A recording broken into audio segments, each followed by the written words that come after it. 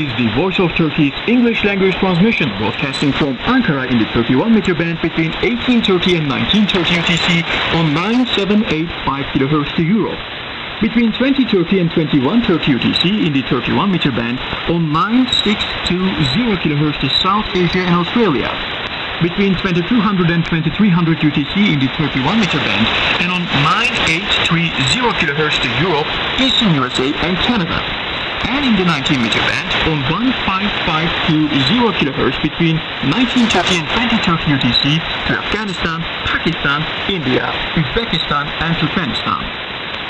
The Voice of Turkey is also beamed between 0300 and 0400 UTC in the 31-meter band and on 9515 kHz to Europe, the USA, Eastern Canada and Cuba, between 0600 and 0700 UTC in the 49-meter band on 6165 kHz to Iraq, Syria, Jordan and the Arabian Peninsula.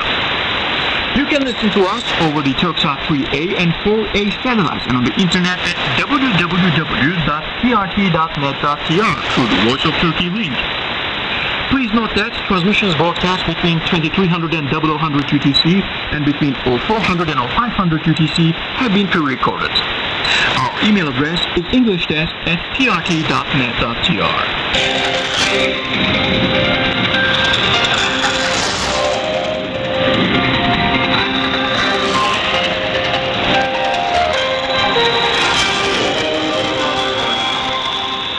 But first headline, President Erdogan may meet Saudi Crown Prince at G20 summit.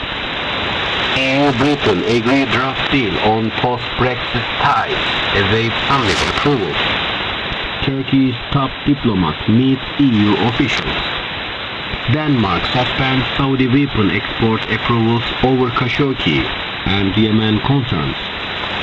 Death toll in Northern California fire rises to 83 as researchers push through rain. And now the details of the news. Turkish President Recep Tayyip Erdogan may meet with Saudi Crown Prince Mohammed bin Salman during a visit to Argentina for the G20 summit. President's spokesperson Ibrahim Kalın was quoted as saying on Thursday, in response to a question whether the two leaders would make contact during the summit, Ibrahim Kalın said, "We are looking at the schedule it could happen. It will be the first official contact between the Prince and President Erdogan, who has kept international pressure mounting on Saudi Arabia over the killing of journalist Jamal Khashoggi at the Saudi consulate in Istanbul last month." Britain and European Union have agreed in principle to a text setting out their future relationship that can be endorsed by EU leaders at a summit, European Council President Donald Tusk said on Thursday. Britain is due to leave the EU on March 29, 2019, as diplomats are trying to finish a divorce deal and a company outline of their future relationship so that EU leaders can rubber stamp them at the summit on the Sunday.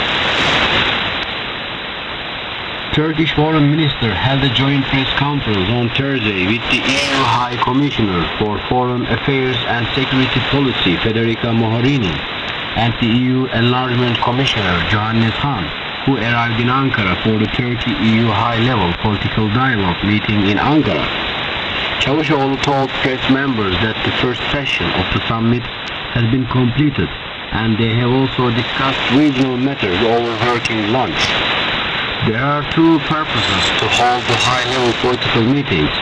The first is to evaluate all aspects of Turkey's ties with the EU, and the second is to exchange views on regional matters including security and foreign policies, Çavuşoğlu said.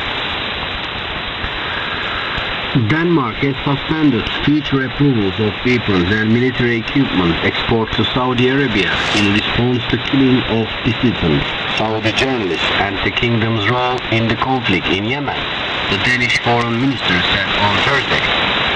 Germany has already suspended issuing future weapons export license and has moved to halt all arms sales, while France said on Monday that it will decide soon on sanctions over Khashoggi's killing at the Saudi consulate in Istanbul last month.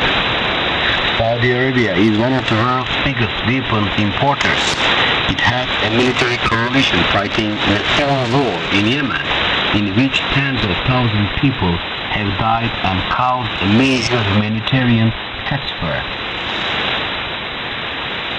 Searchers in areas devastated by the deadly wildfire in California found 2 more bodies Wednesday, bringing the number of known deaths to 83. But the list of those believed to be uncounted or dropped by the several hundred. But Country Sheriff Coroner Corey L. Honia said Wednesday, the National Weather Service said flash flood watches will be in effect through Friday morning, and 6 inches of rain could fall on burn areas through Saturday, when the rain is expected to end. And that was the news brought to you by the Voice of Turkey.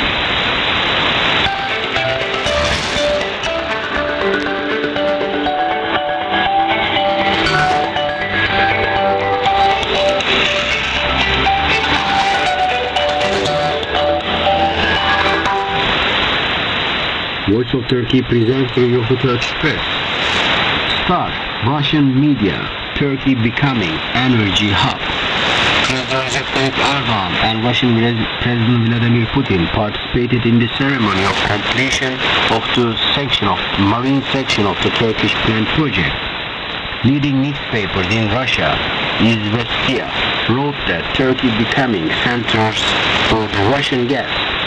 The Vedamost newspaper described the project as one of the 2 largest projects carried out by the Russian energy company Gazprom on European markets. The construction of the project did not pause even during the airplane crisis between the 2 countries.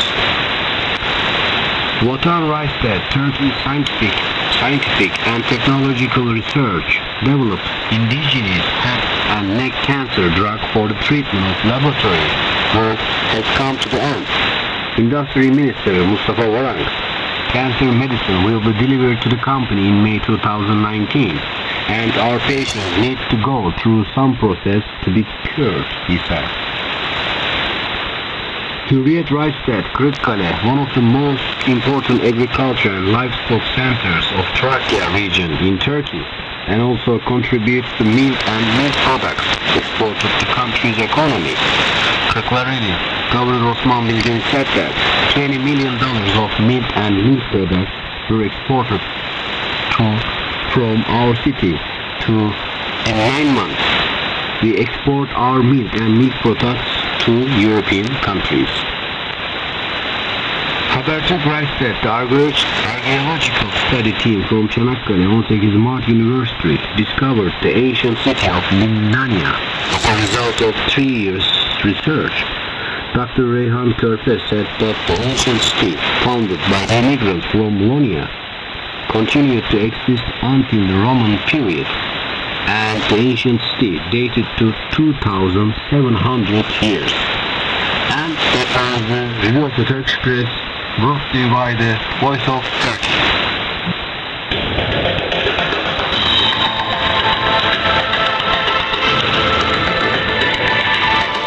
A world of news in 41 languages on TRTVOTVerd.com.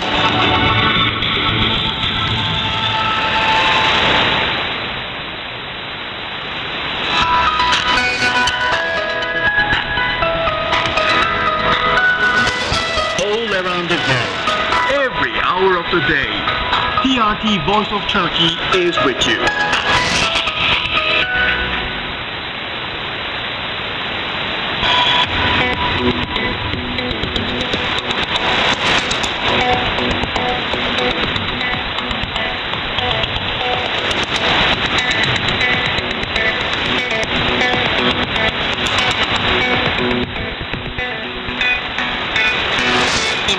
Turkey's foreign policy.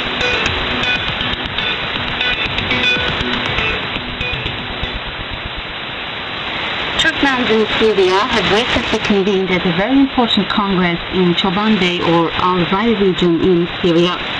In today's episode of Inside Turkey's Foreign Policy, we will analyze this congress and its repercussions on Turkey's foreign policy considerations. There is an assessment on the subject by Dr. Cemil Doğaç İpek, a lecturer at International Relations Department of Kırıkkale University. Syrian Turkmen's fight for honor and freedom since 2011 has reached another milestone. They became one of the major actors in Syria with the changing of domestic political and military equilibrium in Syria and the current power balance in the wider Middle East. The Syrian Turkmen Council, the legitimate representative of Syrian Turkmens, is waging a struggle both politically and diplomatically to protect the interests of their people and their future. Their biggest aim in regional and global platforms is to ensure a legal status for their entire community that will protect and guarantee their presence in Syria within the new Syrian constitution, which will be drafted in line with Syrian territorial integrity.